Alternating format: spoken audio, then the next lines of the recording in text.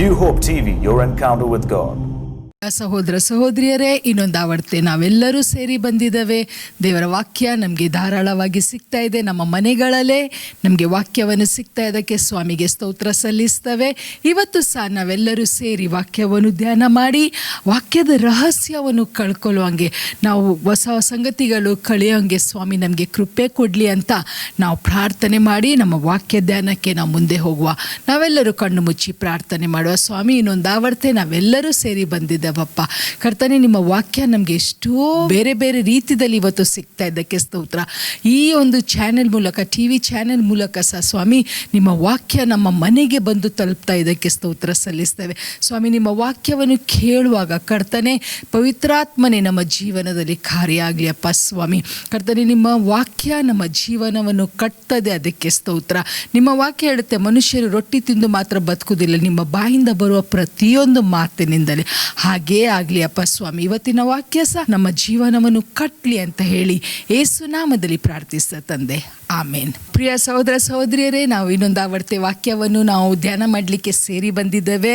ನಾವು ಈ ಒಂದು ಲಾಕ್ಡೌನ್ ಸಮಯದಲ್ಲಿ ದೇವರ ನಾಮಕ್ಕೆ ಸ್ತೋತ್ರ ಸಲ್ಲಿಸ್ತೇವೆ. ಯಾಕೆಂದರೆ ಅನೇಕ ಸೇವಕರು, ಅನೇಕ ಪಾಸ್ಟರ್ಗಳು, ಇವ್ಯಾಂಜಲಿಸ್ಟ್ಗಳು, ಇಂಡಿವಿಜುವಲ್ ಬಿಲೀವರ್ಸು ಇಷ್ಟೊಂದು ವಾಕ್ಯವನ್ನು ಇವತ್ತು ನಮಗೆ ಧಾರಾಳವಾಗಿ ಸಿಕ್ಕುವಂಗೆ ಫೇಸ್ಬುಕ್ಕಲ್ಲಿ, ವಾಟ್ಸಪ್ಪಲ್ಲಿ, TV ಚಾನೆಲ್ಸಲ್ಲಿ ನಮಗೆ ಸಿಗ್ತಾನೇ ಇದೆ. ಪ್ರಿಯರೇ, ಇಂಥ ಸಮಯ ಎಂದೂ ಮುಂಚೆ ನಾನು ನೋಡಿರಲಿಲ್ಲ. But this is a golden time that I have scene people like 24/7 there is word of God being preached. ಅಷ್ಟೇ ಅಲ್ಲ, 12 hours non-stop praise and worship, 7 hours non-stop praise and worship, intercessory prayer, word of God. ಇಷ್ಟು ವಾಕ್ಯ ನಮಗೆ ಇದು ಹೋದ 5 ತಿಂಗಳಲ್ಲಿ ಸಿಕ್ಕಿದೆ. ನೀವು ನನ್ನ ಜೊತೆ ನೀವು ನಂಬ್ತೀರಿ ತಾನೇ, ಒಪ್ಕೊಳ್ತೀರಿ ಏನೆಂದರೆ we got the word of God so much. Hallelujah. ದೇವರ ವಾಕ್ಯ ಸೋಷಿಯಲ್ ಮೀಡಿಯಾ ಮೂಲಕ, TV ಮೂಲಕ it has gone to every nook and corner. ಮೊನ್ನೆ ಒಬ್ಬರು ಪಾಸ್ಟರ್ ಜೊತೆ ನಾವು ಮಾತಾಡೋವಾಗ ಅವ್ರು ಹೇಳ್ತಾ ಇದ್ರು, ನೀವು ಸೋಷಿಯಲ್ ಮೀಡಿಯಾದಲ್ಲಿ ಆ್ಯಕ್ಟಿವ್ ಆಗಿದ್ದರೆ ಲೋಕದ ಕೊನೆ ಭಾಗದಲ್ಲಿನೂ ಸಹ ಜನರಿಗೆ ವಾಕ್ಯ ಸಿಕ್ಕುತ್ತೆ. So we are in a golden time like this. ಅದೇ ಸಮಯದಲ್ಲಿ ಕೆಲವರು ದೇವರ ವಾಕ್ಯ ಗೊತ್ತಿದ್ರೂ ಸಹ, ಕ್ರೈಸ್ತ ಕುಟುಂಬದಲ್ಲಿ ಇದ್ದರೂ ಸಹ ದೇ ವರ್ ವೆರಿ ಸೆಕ್ಯುಲರ್, ತುಂಬ ಸೆಕ್ಯುಲರ್ ಆಗಿದ್ರು. ಅವರೆಲ್ಲ ಲೋಕದ ಪದ್ಧತಿಯನ್ನು ಎಕ್ಸೆಪ್ಟ್ ಮಾಡ್ತಾಯಿದ್ರು.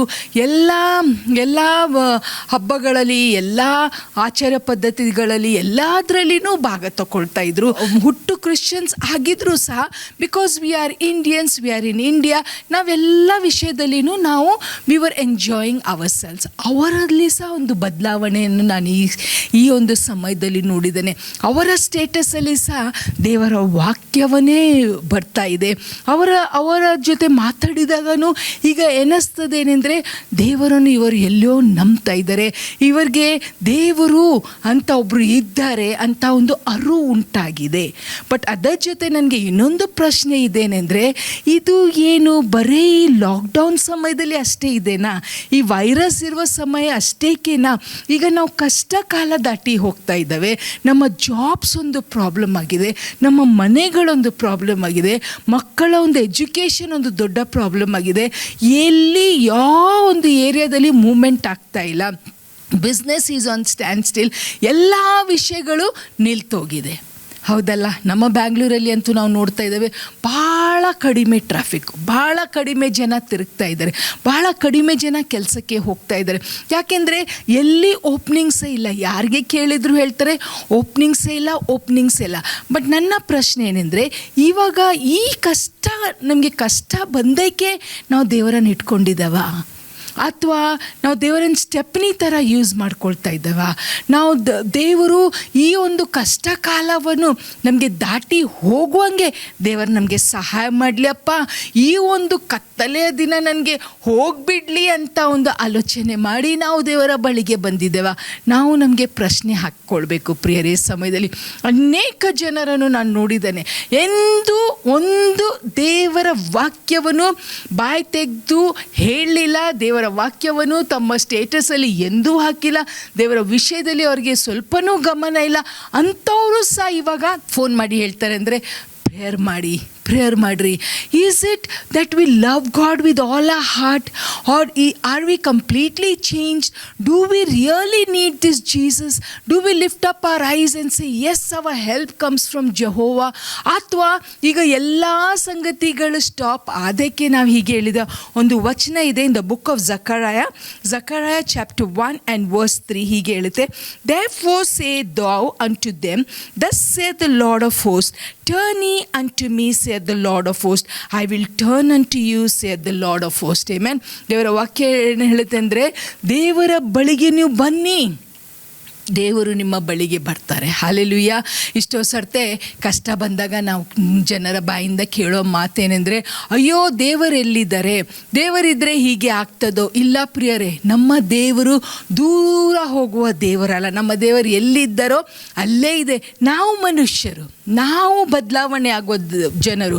ಪ್ರಿಯರೇ, ದೇವರು he is faithful God, he is a God who restores, he is a God who gives us justice, he is a God who heals us, He's a God who keeps us. He's a God who provides for us. ಅವ್ರ ಬದಲಾವಣೆ ಆಗೋದಿಲ್ಲ. ಬದಲಾವಣೆ ಆಗೋದು ಯಾರು ಗೊತ್ತಾ? ನಾವು ಮನುಷ್ಯರು. ಇಂಥ ಜನರು ಬದಲಾವಣೆ ಆಗಿದ್ದಾರ? ಹೌದು ಪ್ರಿಯರೇ, ನಾವು ದೇವರ ವಾಕ್ಯದಲ್ಲಿ ನೋಡ್ತೇವೆ. ಇನ್ ದ ಬುಕ್ ಆಫ್ ಎಕ್ಸೋಡಸ್ ಅಲ್ಲಿ ನಾವು ನೋಡ್ತೇವೆ, 2ನೇ ಅಧ್ಯಾಯ 3ನೇ ಅಧ್ಯಾಯದಲ್ಲಿ ನಾವು ಏನನ್ನು ನೋಡ್ತೇವೆನೆಂದರೆ, ದೇವರ ಜನರು, people of god was suffering for 430 years. 430 ವರ್ಷ ಅವರು ಫರೋ ಕಲೆಗೆ ಬಿಟ್ಟಿ ಕೆಲಸ ಮಾಡಿಕೊಂಡು ಬಂಧನದಲ್ಲಿದ್ದರು.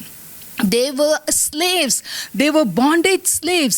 They had no freedom. ಅವ್ರಿಗೆ ಯಾವ ಥರದ್ದು ಫ್ರೀಡಮ್ ಇರಲಿಲ್ಲ, ಅವ್ರಿಗೆ ಯಾವ ಥರದೊಂದು ಬಿಡು ಇರಲಿಲ್ಲ, ಅವ್ರಿಗೆ ಯಾವ ಸಂಗತಿಯಿಂದ ಒಂದು ಸಹಾಯ ಇರಲಿಲ್ಲ. ಆದರೆ ದೇವರ ವಾಕ್ಯದಲ್ಲಿ ನಾವು ನೋಡ್ತವೇನೆಂದರೆ, ಅವರು ಕಣ್ಣೆತ್ತಿ ಪರ್ವತ ಕಡೆ ನೋಡ್ತಾ ಇದ್ರು.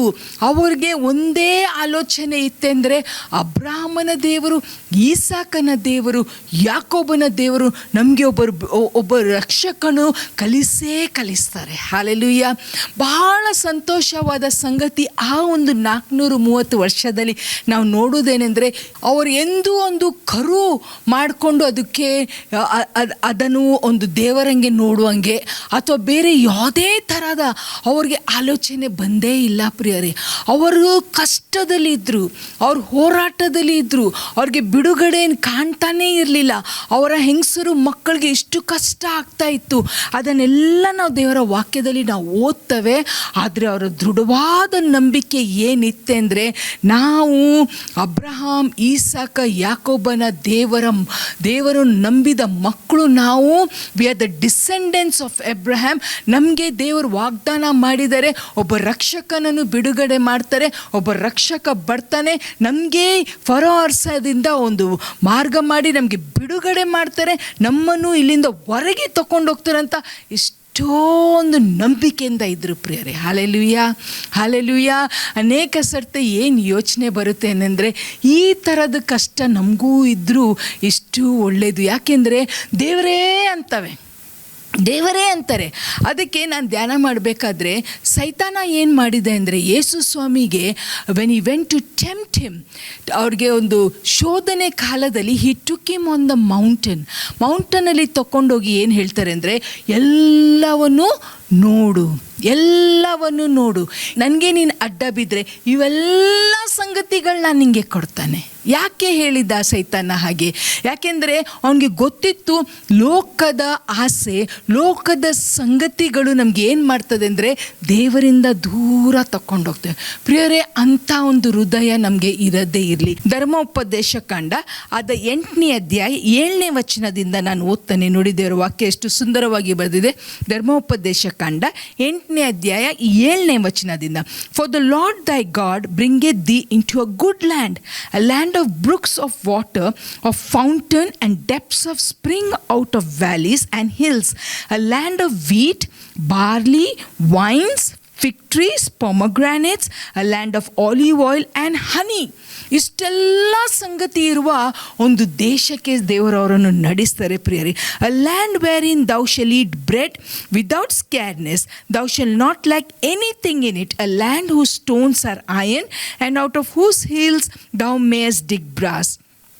ಇಲ್ಲಿ 10ನೇ ವಚನ ಏನು ಹೇಳುತ್ತೆ ನೋಡಿ.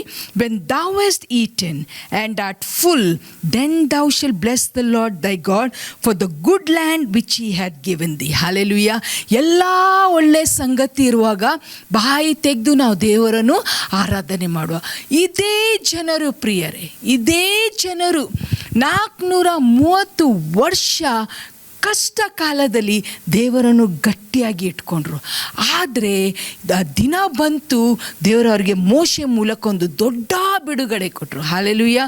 ಒಂದು ದೊಡ್ಡ ಬಿಡುಗಡೆ ಕೊಟ್ಟು ಅವರನ್ನು ಅವ್ರಿಗೆ ದೇವರು ಕೆಂಪು ಸಮುದ್ರ ಹತ್ರ ನಡೆಸ್ಕೊಂಡು ಹೋಗಬೇಕಾದ್ರೆ ಕೆಂಪು ಸಮುದ್ರ ಮುಂದೆ ಬಂದ ತಕ್ಷಣ ಅವರು ಗುನ್ಗುಟ್ಲಿಕ್ಕೆ ಪ್ರಾರಂಭ ಮಾಡಿದರು. They never thought, they never realised, ಈ ದೇವರನ್ನು ನಾವು ಕೂಗಿದ ದೇವರು, ನಮ್ಮ ಮೊರೆಯನ್ನು ಕೇಳಿದ ದೇವರು, ನಮ್ಮ ಸಂಕಟವನ್ನು ನೋಡಿದ ದೇವರು. ಮೋಶೆಗೆ ದೇವರು ಅದೇ ಹೇಳ್ತಾರೆ, I have heard their cry and I have seen their afflictions ಅಂತ ದೇವರ ವಾಕ್ಯ ಹೇಳುತ್ತೆ. The lord has seen and heard.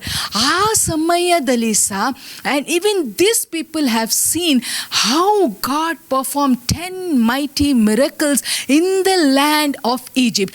ಆ ಐಗುಪ್ತ ದೇಶದಲ್ಲಿ ಹೇಗೆ ದೇವರು ಅದ್ಭುತ ಕಾರ್ಯ ಮೇಲೆ ಅದ್ಭುತ ಕಾರ್ಯ ಅಂತ ಒಂದು ಅರಸ, ಫರೋಹದ ಅರಸ, ಇಡೀ ಜಗತ್ತನ್ನು ಆಳ್ತಾ ಇರುವ ಅರಸನನ್ನೇ ಅಲ್ಲಾಡಿಸಿ ಅದ್ಭುತವಾದ ರೀತಿಯಲ್ಲಿ ಇವರನ್ನು ಅಲ್ಲಿಂದ ತಕೊಂಡು ಹೋಗಿ ಕೆಂಪು ಸಮುದ್ರ ಮುಂದೆ ಬಂದ ತಕ್ಷಣ ಗುಡ್ಲಿಕ್ಕೆ ಪ್ರಾರಂಭ ಮಾಡಿದರು.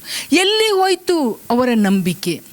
ಎಲ್ಲಿ ಹೋಯಿತು ಆ ಯಾಕೋಬನ, ಅಬ್ರಹಾಂ, ಯಾಕೋಬ, ಇಸಾಕನ ದೇವರ ಮೇಲೆ ಇಟ್ಟುವ ಒಂದು ಪೂರ್ಣವಾದ ಹೃದಯದಿಂದ ನಂಬಿಕೆ ಇಟ್ಟದ್ದು ಎಲ್ಲಿ ಹೋಯಿತು ಪ್ರಿಯರೇ? ಒಂದು ಸ್ವಲ್ಪ ಬಿಡುಗಡೆ ಆಯಿತು, ಒಂದು ಸ್ವಲ್ಪ ಒಳ್ಳೆ ದಿನ ಕಂಡ್ರು, ಒಂದು ಸ್ವಲ್ಪ ಬಿಟ್ಟಿ ಕೆಲಸದಿಂದ ಫ್ರೀಡಮ್ ಸಿಕ್ತು, ಒಂದು ಸ್ವಲ್ಪ ಅವ್ರಿಗೆ ಚಾಟಿ ಏಟು ಬೀಳೋದು ನಿಲ್ತು ಹೋಯಿತು, ಒಂದು ಸ್ವಲ್ಪ ಸುಖದ ಒಂದು ಸಮಾಧಾನದ ಆಹಾರ ತಿಂದ ತಕ್ಷಣ ದೇವರನ್ನು ಮರೆತು ಬಿಡ್ತವ. ಇವತ್ತು ನಮ್ಮ ಪರಿಸ್ಥಿತಿನೂ ಹಾಗೇ ಇದೆ ಪ್ರಿಯರೇ. ಅನೇಕರ ಕೆಲಸ ಹೋಗಿದೆ, ಅನೇಕರ ಬಿಸ್ನೆಸ್ ಫ್ಲಾಪ್ ಆಗಿದೆ. ಬ್ಯಾಂಗ್ಳೂರಲ್ಲಿ ಒಬ್ಬರು ಮೊನ್ನೆ ಮಾತಾಡ್ತಾ ಇದ್ರು, ತಿಂಗಳಿಗೆ ಅವ್ರಿಗೆ 10 ಲಕ್ಷ ರೆಂಟಲ್ಲಿ ಬರ್ತಾಯಿತ್ತು, ಅದದು 10% ಇವಾಗ ಬರ್ತಾ ಇಲ್ಲ, 10% ಬರ್ತಾ ಇಲ್ಲ. ಅದಕ್ಕೆ ಪ್ರೇಯರ್ ರಿಕ್ವೆಸ್ಟ್ ಕಳಿಸಿದ್ರು, ಸಿಸ್ಟರ್ ದಯಮಾಡಿ ಪ್ರೇಯರ್ ಮಾಡಿರಿ, ನಮಗೆ ರೆಂಟೇ ಬರ್ತಾ ಇಲ್ಲ, ಎಲ್ಲ ಮನೆಗಳು ಖಾಲಿಯಾಗಿದೆ. ಪ್ರೇಯರೇ, ಎಲ್ಲ ಚೆನ್ನಾಗಿರುವಾಗ ನಾವು ದೇವರನ್ನು ನೆನಪು ಮಾಡ್ತಾವ? ನಮಗೆ ಕಷ್ಟ ಬಂದಾಗ ನಾವು ದೇವರಂತವೆ. ಪ್ರಿಯರೇ, ಗಾಡ್ ಈಸ್ ಗಾಡ್. ನಮ್ಮ ದೇವರೇ ಈಸ್ ಅ zealous ಗಾಡ್.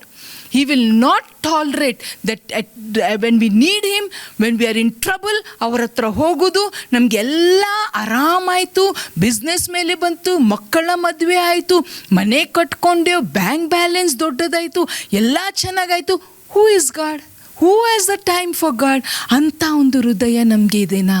ಈ ಇಸ್ರಾಯೇಲಿ ಜನರಿಗೆ ಇದ್ದ ಹೃದಯ ದೇವರು ನಮಗೆ ಕೊಡೋದೇ ಇರಲಿ ಅಂತ ಪ್ರಾರ್ಥನೆ ಮಾಡುವ. ಏನು ಮಾಡಿದರು ಅವರು? ನಾವು ದೇವರ ವಾಕ್ಯದಲ್ಲಿ ಹಾಗೆ ಮುಂದೆ ಓದ್ಕೊಂಡು ಹೋಗ್ತವೆ. 11ನೇ ವಚನ, beware that thou forget not thy Lord thy God in not keeping his commandments and his judgments and his statutes which I command thee this day. God says, beware, ಎಚ್ಚರಿಕವಾಗಿರ್ರಿ ಅಂತ ದೇವರ ವಾಕ್ಯ ಅವ್ರಿಗೆ ಹೇಳ್ತದೆ. ಹೇಳಿದರೂ ಸಹ ಅವರು ದೇವರನ್ನು ಮರ್ತರು.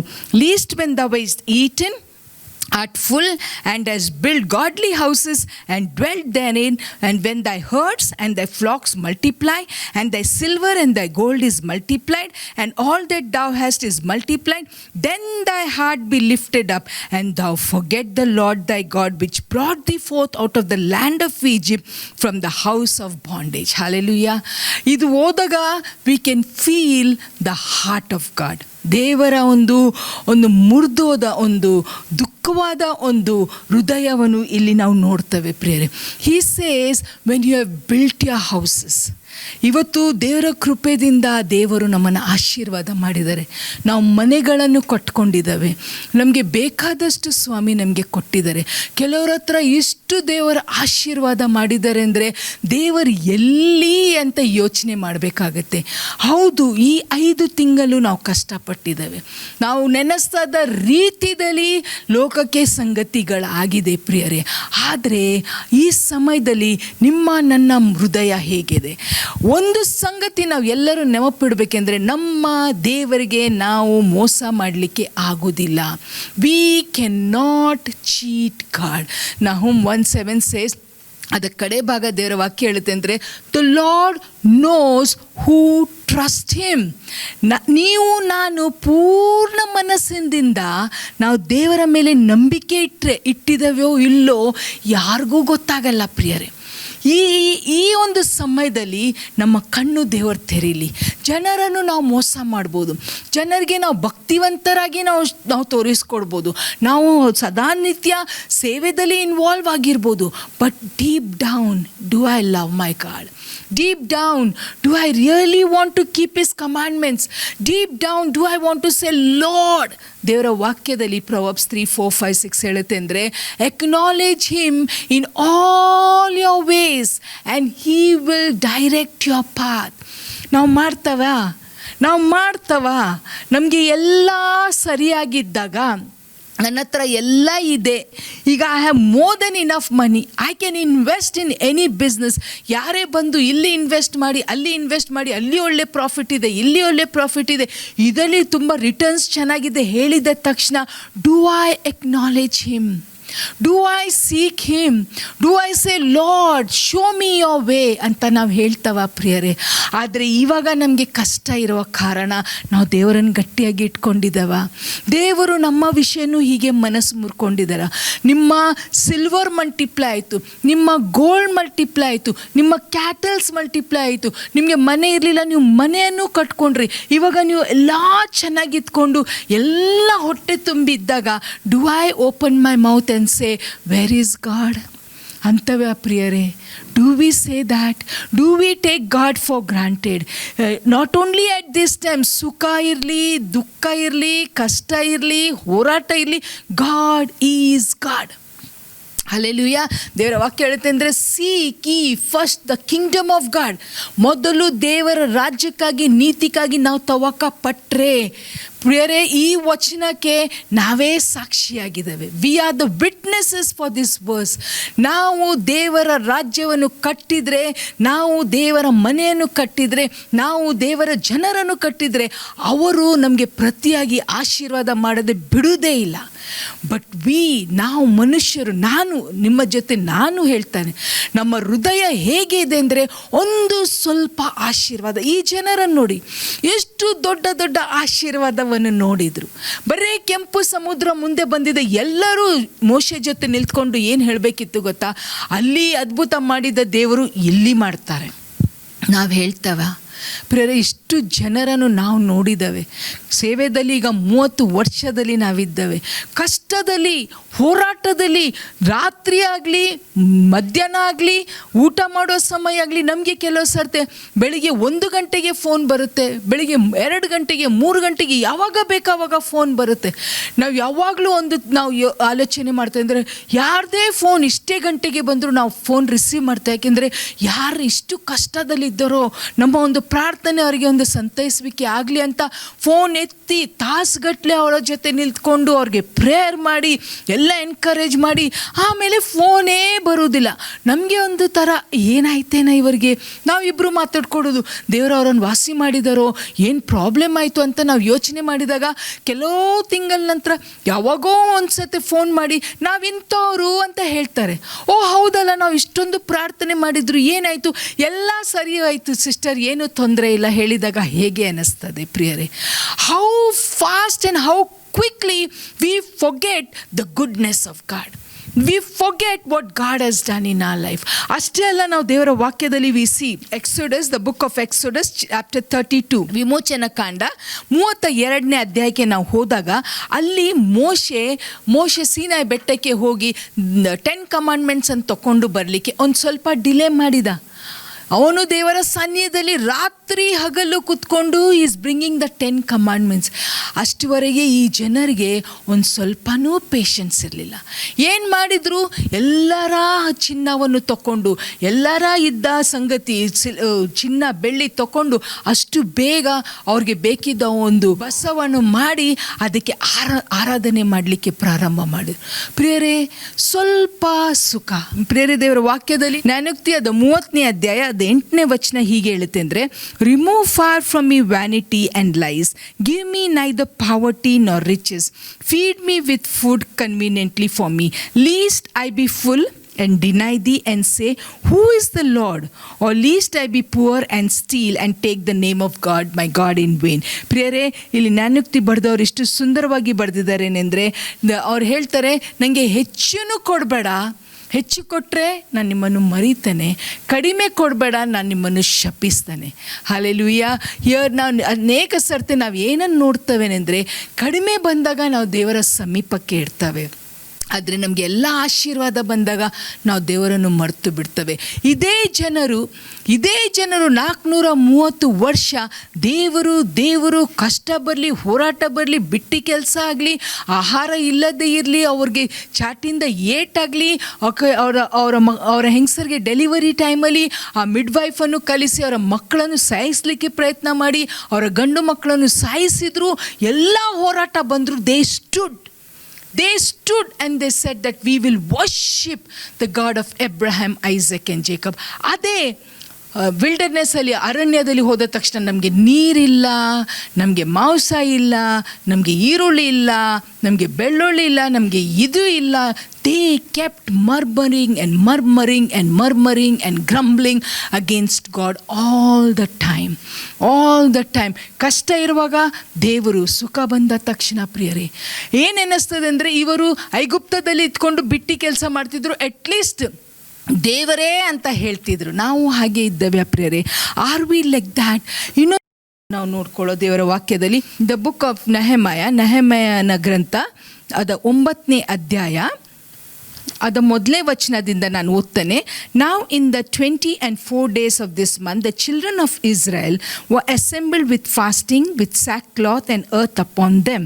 And the seed of Israel separated themselves from all strangers and stood and confessed their sins and iniquities of their fathers. And they stood up in their place and read in the book of the Lord their God 1/4 part of the day, and another 4th part they confessed and worshipped the Lord their God. Hallelujah. These people turned to God. They fasted, they prayed because they knew the trouble that they were going through. ಅವ್ರಿಗೆ ಒಂದೇ ಗೊತ್ತಿತ್ತು ಅಂದರೆ, ನಮಗೆ ಇದರಿಂದ ಬಿಡುಗಡೆ ಮಾಡಬೇಕಾದ್ರೆ ಯೆಹೋವ ದೇವರು ಒಬ್ಬರೇ. ಬಟ್ ಅವ್ರು ಏನು ಮಾಡಿದರು? ಅವ್ರು ಏನು ಮಾಡಿದ್ರು ಅಂದರೆ, ಅವರು ದೇವರ ವಾಕ್ಯವನ್ನು ಓದಿದ್ರು. They read the word of God. They encouraged themselves by reading what was written to them. ಏನು ಬರೆದಿಟ್ಟಿದ್ರು? ಯಾರು ಬರೆದ್ರು? ಪೂರ್ವಿಕರು. ನಮ್ಮ ಮೋಶೆ 5 ಪೆಂಟಟಿಕ್ ಬುಕ್ ಬರೆದಿದ್ದ. ದೇವರು ಏನೇನು ಅದ್ಭುತವಾದ ಸಂಗತಿಗಳು ಅವನ್ನೆಲ್ಲ ಬರೆದು ಇಟ್ಕೊಂಡಿದ್ದ.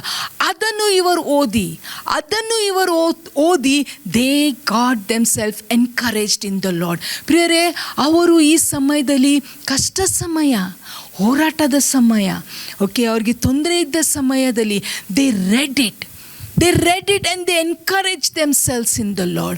ನಮ್ಮ ಕುಟುಂಬದಲ್ಲಿ ಸಹ ನಮಗೆ ಹೋರಾಟಗಳು ಬಂದಾಗ, ನಮಗೆ ಶೋಧನೆ ಬಂದಾಗ, ನಾವು ಪ್ರಾರ್ಥನೆ ಮಾಡಿದಾಗ ದೇವರು ಮಾರ್ಗ ಮಾಡಿರ್ತಾರೆ, ದೇವರು ಅದ್ಭುತ ಮಾಡಿರ್ತಾರೆ, ದೇವರು ಸಿಚುವೇಶನ್ಸನ್ನು ಚೇಂಜ್ ಮಾಡಿರ್ತಾರೆ, ದೇವರು ವಾಸಿ ಮಾಡಿರ್ತಾರೆ.